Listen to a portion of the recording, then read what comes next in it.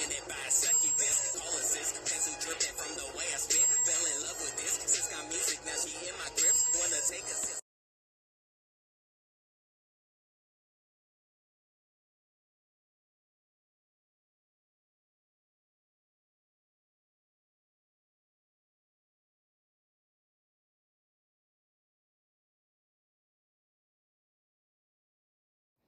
Hello everybody, it's your boy JR Reviews back here with another video. Here to bring you another review. So today, let's move this around a little bit. Here. There we go. So here to bring you another review, and today is a bit different. So I'm bringing you a manga review, which I don't usually do, but this manga, I had to review it because it was like really fun and good. And it was a horror manga, which I don't really really do love, and this was the first horror manga I've seen of its kind, and that was a slasher horror manga. And let me tell you, the manga is called Pumpkin Night. Let me just say this now. I hope to freaking God they make this into an anime, because this manga was so fucking brutal. I hope they don't even pull anything out from this manga. And if they make this into an anime, do not whitewash it. Do not tone it down. Leave it like it is. This manga was fucking brutal and gory and like fucking like, oh my God, it was like something. Anyways, so right now the first part of the manga, the part 1 is done, and there's I guess you could say a prequel to the events leading up to the beginning of the manga, coming out right now, which is something Gaiden, is the name of the anime. I can't tell you the manga in the manga, and and it's basically revealed in this manga that the main character or the main villain throughout the first part of the first part of the manga, not really a villain, but like, I guess you could say really our hero in a way, but not really our hero because she's killing people. But then again, these people kind of deserve being killed. Anyways, this is a whole big story, but I'll give you some of it. Okay, her name is Karaoke. Okay, I'm gonna call her K. Kirino or whatever. K Kirino. Okay, that's what I'm gonna call her. K Kirino. What in the prequel season or manga, which is only had 3 chapters already, is revealed that not only it takes place like 6 months before this entire something happens, or a couple years before, but it really takes place. We find out that this girl, who ends up being our killer later on, had been diagnosed with ADHD, learning disability, and a speech problem. Later on, anyways, so let's get into the actual manga. So the manga Pumpkin Night is about a girl who basically opens up with our protagonist / antagonist, Pumpkin Night / K Naruki, escaping from a mental facility by butchering all the patients and the staff. Most of the patients and the staff of the mental facility, and escaping wearing a pumpkin mask. And when I mean a pumpkin mask, it looks like a real fucking pumpkin, because it is a real fucking pumpkin, but it's made to be a mask. And now she is going to hunt down every single person that was basically there, who basically caused her all this, bullied her when she was in middle school. And what happened, or junior high school, what happened was, in her junior high school, 4 people bullied her relentlessly. One just stood by and watched it, but never was too powerless to stop it, but never did anything to stop it, okay? Who also coincidentally was having her lover or / boyfriend. Anyways, the main, well, let me put it this way. So she ends up going. She was They would bully her around, so they beat the crap out of her. They would push her head down. They punch her. I mean, the things they did to her were so mean. It was not even funny. And the thing is, for all this, she never started to cry. She just let it happen and like continued to smile and be like a pretty much okay person, and that's what pissed off the bullies even more. It all led to one night. So on Halloween, at their, I guess in this place in Japan, they are brought to a Halloween in Japan. They are brought to. There's a huge dance, sorry, in Halloween Halloween, and every year in this Halloween dance in junior high, they have a beauty contest in a way, cute contest, and at the end of the night, all the girls from the school line up and they choose one who they think is the cutest, and she becomes the pumpkin queen, and she wins. I guess like she becomes the queen of the dance, and she gets a pumpkin mask and everything. And what they didn't tell you is the bullies who were in charge of the pumpkin queen costume and all that made it so they elected Kay as the pumpkin queen, and they hid firecrackers and inside the mask lining, or inside the mask taped, were polyurethane bags filled with sulfuric acid. So as soon as she put on the mask, the firecrackers started to go off. The polyurethane bags broke, causing acid to go over her face. And while she was screaming around in agony and for help, all the boys were laughing. And her hair caught on fire because of her hairspray. Anyway, she comes out looking like a fucking mess. Let's put it that way. That's an understatement. She looked like a fucking mess. She has third-degree chemical burns all over her face. Not to mention a charred face. So she's fucked up.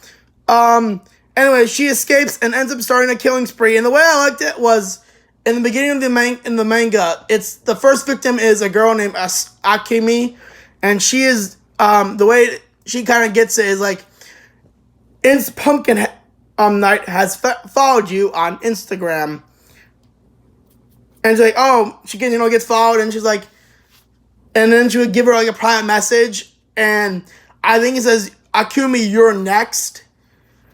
And obviously what happens, you think what happens. She gets there, and let me just play what happens. So she gets stabbed in the back with a huge ass knife, gets her eyeball scooped the fuck out. Then her face gets smashed a little bit, all to be chased down the street while being stabbed a couple more times, till a basically semi-truck runs her over and finally kills her. The second victim is Sayuki, which she kind of survives for a little bit longer, but then ends up getting... she ends up getting bashed in the face a lot of times. One guy... actually, there are a couple other victims. There's that, and there's their second year lead. Anyways... I just want to tell you, her victims and her are no longer in middle school. They're like supposed to be in high school. They're adults. They're like in the second year of high school, so they're around 15 years old. They are beating she basically bashes eviscerates the one dude that and ends up hanging him by his neck. His guts are everywhere. His eyes missing. Half his head's bashed in over the roof of a funeral home. There you go, funeral home. The other girl gets knocked the fuck out too many times and gets placed in the coffin of the girl, which they're going to cremate her. And they basically cremate her, the girl, with the girl in it. Thankfully, they are able to open up the casket because they hear her screaming as she's being burned, and she kind of comes out looking like a human piece of burnt fried chicken. And like it's fucked up. Anyways, one thing I liked about this is they had two of my favorite lines. There were one-liners in this manga that Kay used mainly. Later on, the boyfriend, who was a kind of supposed to be one of the victims, ends up becoming the replacement after supposedly Kay dies.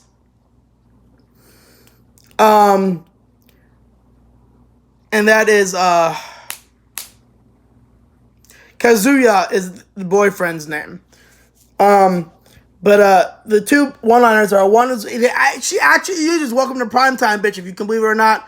When she's actually facing the guy who was the head of all of her torture and stuff when she was in middle school, her main bully.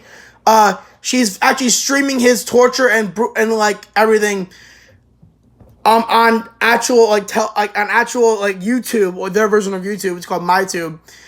And he says, "You're famous. Welcome to Primetime, bitch." And then another scene is like, I love this part. It's a really cool trap. So there's a thought that's been a girl that's been basically a thought who's been trying to fucking jump on this guy's Naruto, but they call him Naruto for short because there's a Y right before the so it's his name is Naruto, but they call him Naruto for short, obviously.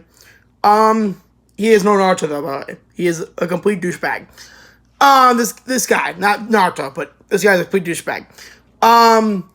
And gets what he deserves in the end, let's put it that way.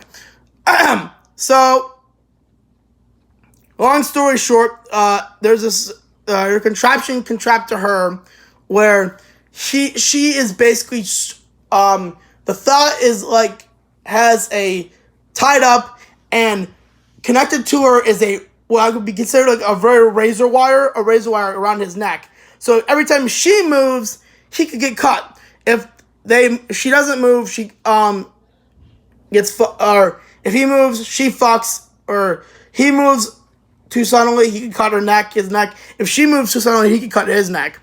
And my favorite line is after she kills the one dude, the one girl finally, and hooks the other end of the wire to the door. So as soon as someone opens that door, he will die. And she says, "I hope you like Red Bull because your neck's about to gain wings." I was like, that was a good line. I had to admit that was a fucking good line. I was like, that was a damn good line. Though sadly,